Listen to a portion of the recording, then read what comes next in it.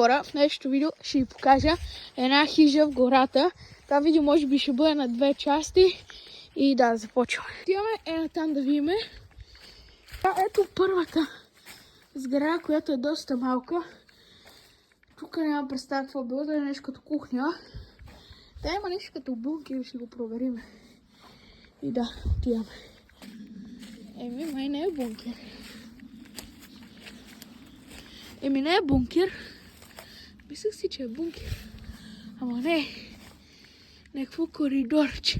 А може и да е било, не знам. Имаме в хища.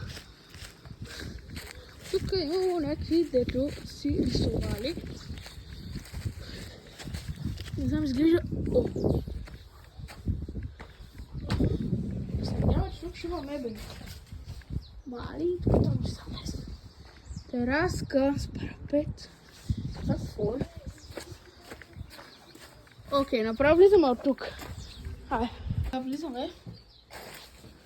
Радио. Има радио. Но там има нещо като... Не знам аз какво е. Нека стол има. Така, стигнахме до това, ето, искам да ви го покажа. И ето, нещо като баня. Така, тук са били туалетните. Макар че не виждам аз туалетни, но да. Сега тук какво е това? Тук нещо като килерч.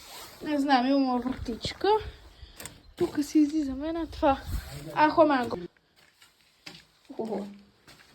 Тук нагоре. Май няма може да снимаме. Да, много е пропаднал.